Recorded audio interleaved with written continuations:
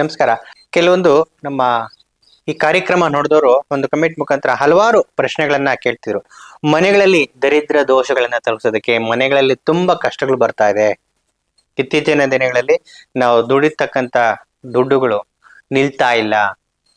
ಮತ್ತೆ ಮನೆಯಲ್ಲಿ ಯಾವಾಗ್ಲೂ ಈ ಕಾಯಿಲೆ ಕಸಾಡಿಗಳು ಬರ್ತಾನೆ ಇರುತ್ತೆ.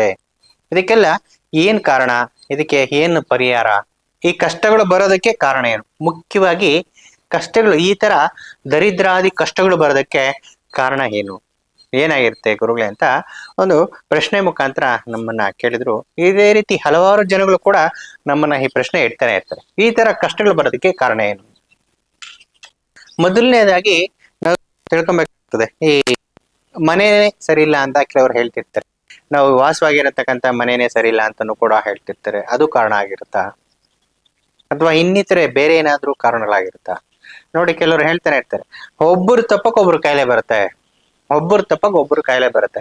ಇವತ್ತು ಇನ್ನೊಬ್ರಿಗೆ ಬರುತ್ತೆ, ನಾಳೆ ದಿವಸ ಇನ್ನೊಬ್ರಿಗೆ ಬರುತ್ತೆ, ಇನ್ನೊಬ್ರಿಗೆ. ಒಬ್ರು ಸರಿ ಮಾಡೋದಕ್ಕೆ ಇನ್ನೊಬ್ರು ಕಾಯಿಲೆ ಬಂದು ಮಲ್ಕೊಂಡಿರ್ತಾರೆ. ಗುರುಗಳೇ, ನಾನು ದುಡಿತಕ್ಕಂತ ದುಡ್ಡೆಲ್ಲ ವೈದ್ಯರಿಗೆ ಇಡೋದಾಗ್ತದೆ. ಆಸ್ಪತ್ರೆಗೆ ತೋರಿಸಿ ತೋರಿಸಿ ಸುಸ್ತಾಗ್ಬಿಟ್ಟಿದೆ ನನಗೆ. ಆಮೇಲೆ ಆ ವಿಚಿತ್ರ ಕಾಯಿಲೆಗಳು ಏನ್ ಕಾಯಿಲೆ ಅಂತಾನೂ ಗೊತ್ತಾಗಲ್ಲ, ಆ ರೀತಿ ಕಾಯಿಲೆಗಳು ಬರ್ತಾ ಇರುತ್ತೆ. ವೈದ್ಯರೇ ತಲೆ ಮೇಲೆ ಕೈ ಇಟ್ಕೊಂತಕ್ಕಂಥ ಕಾಯಿಲೆಗಳು ಬರ್ತಾನೆ ಇರುತ್ತೆ. ಡಾಕ್ಟರ್ ಹತ್ರ ಹೋದ್ರೆ ನಿನ್ಗೇನು ಕಾಯಿಲೆ ಇಲ್ಲ, ರಿಪೋರ್ಟ್ಸ್ ಎಲ್ಲ ಮಾಡ್ತಿರ್ತಾರೆ. ರಿಪೋರ್ಟ್ಗಳೆಲ್ಲ ನೋಡಿ ಎಲ್ಲ ಚೆಕ್ ಮಾಡಿ ಏನು ಕಾಯಿಲೆ ಇಲ್ಲ, ನೀನ್ ಆರಾಮಾಗಿದ್ಯಪ್ಪ, ನೀನ್ ಮನೆಗೆ ಹೋಗು ಅಂತ ಹೇಳ್ತಾರೆ. ಅವ್ರ ಮನೆಗೆ ಹೋದ್ಮೇಲೆ ಅದೇ ರೀತಿ ವ್ಯಾಧಿ, ಕೈಕಾಲು ನೋವು, ಚೊಳಕು, ಸುಸ್ತುಗಳು ಕಾಣ್ತಾನೆ ಇರುತ್ತೆ. ಇದಕ್ಕೆಲ್ಲ ಏನ್ ಕಾರಣ? ಇದು ಒಂದೇ ಕಾರಣ ಆಗಿರಲ್ಲ, ಹಲವಾರು ಕಾರಣಗಳಿಂದ ಆಗಿರುತ್ತೆ. ಇದು ನಮ್ಮ ಅಭಿವೃದ್ಧಿಗೆ ಏನೇನು ಮೂಲ ಕಾರಣ? ಅಭಿವೃದ್ಧಿ ಆಗದೇ ಇರೋದಕ್ಕೆ ಮೂಲ ಕಾರಣ ಏನಾಗಿರುತ್ತೆ? ಒಂದು ವಾಸ ಮಾಡ್ತಕ್ಕಂಥ ಮನೆನೂ ಕೂಡ ಆಗಿರುತ್ತೆ. ಹಾಗಿದ್ರೆ ಗುರುಗಳೇ, ನಾವು ತಾತ ಮುತ್ತಾತನ ಕಾಲದಿಂದ ಒಂದೇ ಮನೇಲಿದ್ರಿ, ಅದೇ ಮನೇಲಿ ನಾವು ವಾಸ ಮಾಡ್ತಿದ್ರಿ. ನಮ್ಮ ತಾತ ಮುತ್ತಾತನ ಕಾಲದವರೆಲ್ಲ ಬಹಳ ಅಭಿವೃದ್ಧಿ ಆಗಿದ್ದಾರೆ, ಅವರು ಮುಟ್ಟಿರ್ತಕ್ಕಂಥದ್ದೆಲ್ಲ ಬಂಗಾರ ಆಗ್ತಿದೆ ಅಂತಾನು ಕೂಡ ಹೇಳ್ತಾ ಇದ್ರು. ಹಾಗಾಗಿ ಹೇಳ್ತಾ ಇದ್ರಿ, ಇತ್ತೀಚಿನ ದಿನಗಳಲ್ಲಿ ನಾವು ಯಾಕೋ ತುಂಬಾ ಕಷ್ಟಪಡ್ತಾ ಇದ್ದೀರಿ ಗುರುಗಳೇ ಅಂತಾನು ಕೂಡ ಕೆಲವರು ಪ್ರಶ್ನೆ ಕೇಳ್ತಾರೆ. ನೋಡಿ, ಅದಕ್ಕೆ ಒಂದು ಕಾರಣ ಅಂತ ಹೇಳೋದಕ್ಕೆ ನಾವು ಇಷ್ಟಪಡಲ್ಲ, ಹಲವಾರು ಕಾರಣಗಳು ಇರುತ್ತೆ. ಇದು ಕಾರಣಗಳು ಅಂತ ನಾವು ಅಂದ್ಕೊಬೋದು. ಅದು ಯಾವ್ಯಾವ ಕಾರಣಪ್ಪ ಅಂತ ಹೇಳಿದ್ರೆ, ಕೆಲವರು ಹೇಳ್ತಾರೆ ನಮ್ಮ ತಾತ ಮುತ್ತಾತನ ಕಾಲದಿಂದ ಬಹಳ ಅಭಿವೃದ್ಧಿ ಆಗಿದ್ರೆ ಅದಕ್ಕೆ ನಾವು ಇದೇ ಮನೇಲಿ ಇದ್ದೀವಿ ಅಂತ. ಮೂಲ ಕಾರಣ ಏನಾಗಿರುತ್ತೆ ಅಂತಪ್ಪ ಹೇಳಿದ್ರೆ, ಅದು ಆ ಮನೆ ಆಯುಷು, ಆ ಪಾಯ್ದ ಆಯುಷು ಅಂತಕ್ಕಂಥದ್ದು ಏನಿರುತ್ತೋ ಆ ಆಯುಷನ್ನ ಕಳ್ಕೊಂಡಿರುತ್ತೆ. ಅದು ಮುಖ್ಯ ಕಾರಣ. ಕೆಲವರೆಲ್ಲ ಹೇಳ್ತಿರ್ತಾರೆ ನಮ್ಗೆ, ಇದೇ ಮನೆಯಲ್ಲಿ ನಾವು ಬಹಳ ಅಭಿವೃದ್ಧಿ ಆಗಿದ್ರೆ ಇತ್ತೀಚಿನ ದಿನದಲ್ಲಿ ಕುಗ್ತಾ ಇದ್ದೀವಿ. ಆ ಮನೆಯನ್ನು ನೋಡಿದಾಗ ತುಂಬಾ ಹಳೆ ಮನೆ ಆಗಿರ್ತಕ್ಕಂಥದ್ದು, ಮತ್ತೆ ಆ ಮನೆಗೆ ಪಾಯ್ದ ಆಯುಷು ಕೂಡ ಕಳ್ಕೊಂಡಿರ್ತಕ್ಕಂಥದ್ದು ಆಗಿದ್ರು ಕೂಡ ಹಂಗಾಗಿರುತ್ತೆ. ಮತ್ತೆ ಇನ್ನೊಂದು ಏನಪ್ಪಾ ಅಂತ ಹೇಳಿದ್ರೆ, ಮನೆಗಳನ್ನ ಬೆಳೆಸ್ತಕ್ಕಂಥದ್ದು ದಿಕ್ಕುಗಳು. ಇವತ್ತು ನಾವೆಲ್ಲ ಜಾಸ್ತಿ ಜನ ಆಗ್ತಿದ್ರು, ನಮ್ಮ ಅಪ್ಪ ಅಮ್ಮ ನಾವೆಲ್ಲ ಇದ್ದಾಗ ಒಂದು 10-15 ಜನ ಇದ್ರಿ. ಇವಾಗ ಇನ್ನೂ ಜಾಸ್ತಿ ಜನ ಆದ್ರು ಅಂತ ಹೇಳ್ಬಿಟ್ಟು ಕೆಳಗಡೆ ಒಂದು ಆ ಚಾವಣಿಗಳಂತಕ್ಕಂಥದ್ದು ಏನಿರುತ್ತೋ ಅದ್ರ ಪಕ್ಕದಲ್ಲೇ ಅದಕ್ಕೆ ಬೆರೆಸಿ ಮತ್ತೆ ಬೆಳೆಸ್ತಕ್ಕಂಥದ್ದು. ಆಗ ಬೆಳೆಸೋದ್ರಿಂದ ವಾಸ್ತು ದೋಷ ಬರ್ತಕ್ಕಂಥದ್ದು. ಆ ವಾಸ್ತು ದೋಷ ಬಂದಾಗ ಕೂಡ ಈ ರೀತಿ ಸಮಸ್ಯೆಗಳು ಆಗ್ತಕ್ಕಂಥದ್ದು ಒಂದು ಉದಾಹರಣೆ. ಏನಪ್ಪಾ ಅಂತ ಹೇಳಿದ್ರೆ, ಕೆಲವರು ಹೇಳ್ತಾರೆ ನಾವೆಲ್ಲ ಒಟ್ಟಾಗಿದ್ರಿ, ಎಲ್ಲರೂ ಅಣ್ತಮ್ಮಂದ್ರು ಬೇರೆ ಬೇರೆ ಹೋದಾಗ ಮಧ್ಯದಲ್ಲಿ ಗೋಡೆ ಹಾಕ್ಬಿಟ್ವಿ ಮನೆಗೆ. ಆ ಮನೆಗೆ ಮಧ್ಯನ ನಾವು ಒಂದು ಪಾರ್ಟಿಷನ್ ಆಗಿ ಮಾಡ್ಕೊಂಡಿದ್ದೀರಿ. ಅವ್ರು ಆ ಕಡೆ ಇದ್ದಾರೆ, ನಾವು ಈ ಕಡೆ ಇದ್ದಾರೆ, ಮಧ್ಯದಲ್ಲಿ ಪಾರ್ಟಿಷನ್ ಮಾಡ್ಕೊಂಡ್ವಿ ಅಂತ ಅವ್ರು ಆ ರೀತಿ ಮಾಡಿದಾದ್ಮೇಲೆ ಇನ್ನೂ ಕಷ್ಟಗಳಿಗೆ ಒಳಗಾಗಿರ್ತಾರೆ, ಹಲವಾರು ಸಮಸ್ಯೆಗಳಿಗೆ ಒಳಗಾಗಿರ್ತಾರೆ. ಆರೋಗ್ಯ ಸಮಸ್ಯೆಗಳು ಕಾಡ್ತದೆ, ಕೈ ಹಾಕಿರ್ತಕ್ಕಂಥ ಕೆಲ್ಸಗಳು ಜಯ ಆಗೋದಿಲ್ಲ. ಆ ರೀತಿ ಮತ್ತೆ ದುಡ್ಡು ಹುಟ್ಟೋದಿಲ್ಲ, ಹುಟ್ಟೋಳಿ ಆಗೋದಿಲ್ಲ. ಯಾವುದೇ ಒಂದು ಕೈ ಹಾಕಿದ್ರು ಕೂಡ ದುಡ್ಡು ಹುಟ್ಟೋಳಿನೂ ಕೂಡ ಆಗ್ತಿರೋದಿಲ್ಲ. ಅದಕ್ಕೆ ಕಾರಣ ಈ ರೀತಿ ಮಾಡಿರ್ತಕ್ಕಂಥದ್ದು. ಇದು ವಾಸ್ತುದೋಷ ಅಂತಾನು ಕೂಡ ಹೇಳ್ಬೋದು. ಆ ಮನೆಯ ಪರಿಶೀಲನೆ ಮಾಡಿದಾಗ ಇದೇ ರೀತಿ ದೋಷ ಇದೆ ಅಂತ ಹೇಳ್ತಕ್ಕಂಥದ್ದು. ಹಾಗಿದ್ರೆ ಗುರುಗಳೇ, ನಾವು ಅದೇನು ಮಾಡೇ ಇಲ್ಲ, ಅದರ ಏನು ಚೇಂಜೇ ಮಾಡಿಲ್ಲ ಅಂತ ಹೇಳಿದ್ರೆ, ಮನೆ ಆಯುಷನ್ನು ಕೂಡ ಒಂದು ಪ್ರಶ್ನೆ ನೋಡ್ತಕ್ಕಂಥದ್ದು. ಅದನ್ನು ಕೂಡ ಒಂದು ಪರೀಕ್ಷೆ ಮಾಡಿ ನೋಡ್ಬೇಕಾಗ್ತದೆ, ವಾಸ್ತು ದೋಷಗಳೇನಾದ್ರೂ ಇದೆಯಾ. ಮತ್ತೆ ಇನ್ನೊಂದು ಏನಪ್ಪಾ ಅಂತ ಹೇಳಿದ್ರೆ, ವಾಸ್ತು ದೋಷ ಕರೆಕ್ಟ್ ಇದೆ, ಈ ಎಲ್ಲದನ್ನು ಕೂಡ ಕರೆಕ್ಟ್ ಇದೆ ಗೊಡೆ, ವಾಸ್ತುಗಳನ್ನು ಕೂಡ ನಾವು ಕರೆಸಿ ಪರಿಶೀಲನೆ ಮಾಡಿ ಎಲ್ಲ ಕರೆಕ್ಟ್ ಇದೆ, ಆದ್ರೂ ಕೂಡ ಆ ಸಮಸ್ಯೆಗಳು ನಮ್ಮನ್ನ ಕಾಡ್ತಾ ಇದೆ. ಮನೆಯಲ್ಲಿ ಮಲಗಿದ್ದಾಗ ನಿದ್ದೆ ಬರೋದಿಲ್ಲ, ಕೆಟ್ಟ ಸ್ವಪ್ನಗಳು ಬರೋದಕ್ಕೆ ಪ್ರಾರಂಭ ಆಗ್ತದೆ. ಸಂಜೆ ಆಗ್ತಾ ಆಗ್ತಾ ಆಗ್ತಾ ಒಂದು ಆಲಸ್ಯ ಅಂತ ಹೇಳಿದ್ರೆ ನಿಶಕ್ತಿ ಒಳಗಾಗ್ತೀವಿ. ಮತ್ತೆ ಬುದ್ಧಿ ಮಾಂದ್ಯ ಆಗ್ತದೆ ಆ ಮನೆಗೆ ಹೋದ್ರೆ.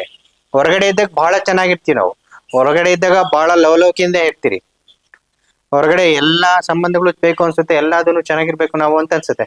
ಆ ಮನೆ ಹೊರಗಡೆ ಹೋಗಿದ್ ಕೂಡಲೇ ನಮ್ಗೆ ಒಂದು ತಲೆಲೆಲ್ಲ ಏನೋ ಒಂಥರ ಆತಂಕ ಒಳಗಾಗ್ತದೆ. ಮನೆಯಲ್ಲಿ ಸುಮ್ನೆ ಆದ್ರೂ ಕಿತ್ತಾಡ್ತಿರ್ತೀವಿ, ಕಾರಣಗಳಿಲ್ದರೆ ಕಿತ್ತಾಡ್ತಿರ್ತೀವಿ.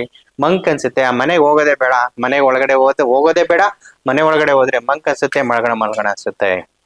ಈ ರೀತಿಯಾದಾಗ ಏನಪ್ಪಾ ಆಗಿರುತ್ತೆ ಅಂತ ಹೇಳಿದ್ರೆ, ಈ ಮಾಟ ಮಂತ್ರ ದೋಷಗಳ ಪ್ರಯೋಗಗಳಿಂದನೂ ಕೂಡ ಆ ರೀತಿ ಸಮಸ್ಯೆಗಳು ಕಾಡ್ತಕ್ಕಂಥದ್ದು.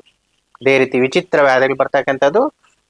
ಮನೆ ಒಳಗಡೆ ಹೋದ್ರೆ ಮಂಕ್ ಅನ್ಸ್ತಕ್ಕಂಥದ್ದು ಮುಚ್ಕೊಂಡಿರುತ್ತೆ. ಇದು ಮಾಂತ್ರಿಕ ದೋಷದಿಂದನೂ ಕೂಡ ಆಗಿರ್ತಕ್ಕಂಥದ್ದು. ಹಾಗಿದ್ರೆ ಗುರುಗಳೇ, ಇದು ಯಾವ್ದ್ರಿಂದ ಯಾಕೆ ನಾವು ಪರಿಹಾರ ಮಾಡ್ಕೋಬೇಕು? ಈ ದರಿದ್ರಗಳನ್ನ ಕಳಿಸೋದಕ್ಕೆ ಯಾವ ರೀತಿ ಏನೊಂದು ಪ್ರಯೋಗ, ಯಾರ ಹತ್ರನೂ ಹೋಗದೆ ನಾವು ಯಾವ ರೀತಿ ಅದನ್ನ ಬಗೆಹರಿಸ್ಕೊಬಹುದು ಅಂತಕ್ಕಂಥದ್ದು ನೋಡಿ. ಇದು ಯಾವ ರೀತಿ ಬಗೆಹರಿಸ್ಕೊಬೇಕು, ಈ ದರಿದ್ರಾದಿ ದೋಷಗಳನ್ನ, ಮಾಟ ಮಂತ್ರಗಳನ್ನ, ಆ ರೀತಿ ಅದನ್ನ ತಡೆ ಇರ್ತಕ್ಕಂಥ ಶಕ್ತಿ ಯಾವ್ದಕ್ಕಪ್ಪ ಇದೆ ಅಂತ ಹೇಳಿದ್ರೆ, ಬೇವಿನ ಮರ ಅಂತಕ್ಕಂಥದ್ದು ಅದನ್ನು ಕೂಡ ಒಂದು ಕಲ್ಪವೃಕ್ಷನೇ ಅಂತಾನೂ ಕೂಡ ನಾವು ಅನ್ಕೋಬಹುದು. ಯಾಕಂತ ಹೇಳಿದ್ರೆ ಈ ದರಿದ್ರಾದಿ ದೋಷಗಳನ್ನ ತೊಲಗಿಸ್ತಕ್ಕಂಥದ್ದು. ಈ ಮಾಟ ಮಂತ್ರ ಮದ್ದು ಆದಾಗ ನೀವು ನೋಡ್ಬೋದು, ಆ ಬೇವಿನ ಮರದ ಒಂದು ಎಲೆಗಳನ್ನ ತಗೊಳ್ತಾರೆ, ಸೊಪ್ಪು ಅಂತ ಹೇಳ್ತಾರೆ ನಮ್ ಕಡೆ.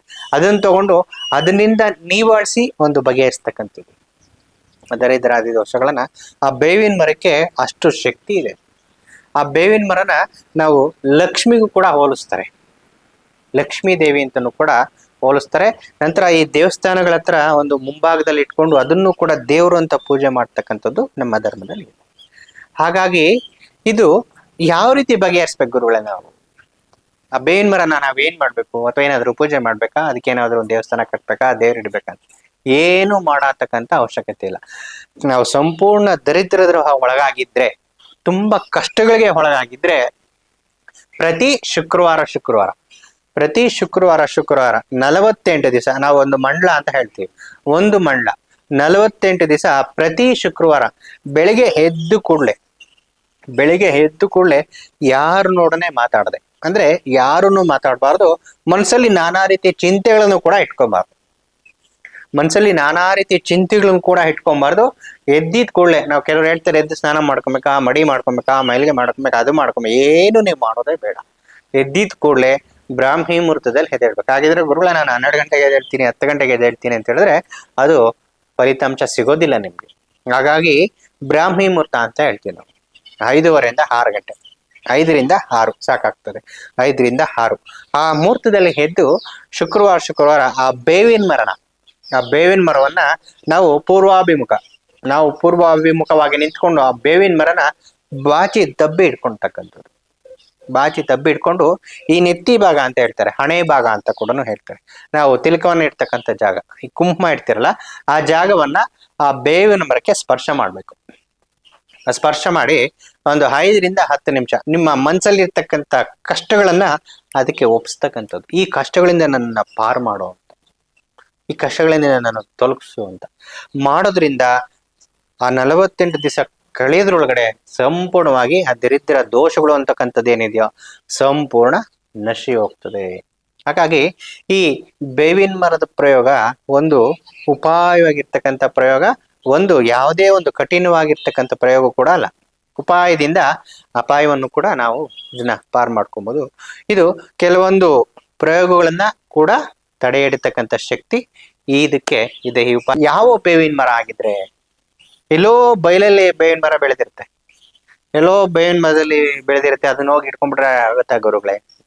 ನೋಡಿ, ಸಂಪೂರ್ಣವಾಗಿ ಯಾವುದೇ ಒಂದು ಮರವನ್ನ ಪೂಜೆ ಮಾಡ್ಬೇಕಾದ್ರೆ, ಯಾವುದೇ ಒಂದು ಕಲ್ಪವೃಕ್ಷವನ್ನ ನಾವು ಪೂಜೆ ಮಾಡಿ ಅದರಿಂದ ಫಲಿತಾಂಶ ಪಡ್ಕೊಬೇಕಂದ್ರೆ ಒಂದು ದೀಕ್ಷೆ ಆಗಿರ್ತಕ್ಕಂಥ ಮರಗಳು ಅಂತ ಹೇಳ್ತಾರೆ. ದೀಕ್ಷೆ ಆಗಿರ್ತಕ್ಕಂಥ ಕಲ್ಪವೃಕ್ಷಗಳು ಕೂಡ ಅಂತಲೂ ಕೂಡ ಹೇಳ್ತಾರೆ. ಅದಕ್ಕೆ ಮಾಡೋದ್ರಿಂದ ನಾವು ಅದ್ಭುತವಾಗಿರ್ತಕ್ಕಂಥ ಫಲಿತಾಂಶನ ನಾವು ನೋಡ್ಬೋದು. ಇದು ಕೆಲವೊಂದು ಪ್ರಯೋಗಗಳನ್ನ ಕೂಡ ತಡೆ ಹಿಡಿತಕ್ಕಂಥ ಶಕ್ತಿ ಇದಕ್ಕೆ ಇದೆ. ಈ ಉಪಾಯದಿಂದ ಮಾಡ್ಕೊಳ್ಳಿ, ಕಷ್ಟಗಳಿಂದ ಪಾರಾಗಿ ಅಂತ ಹೇಳ್ತಾ ಇವತ್ತು ಮಾತು ಮುಗಿಸ್ತಾ ಇದೀವಿ. ನಮಸ್ಕಾರ.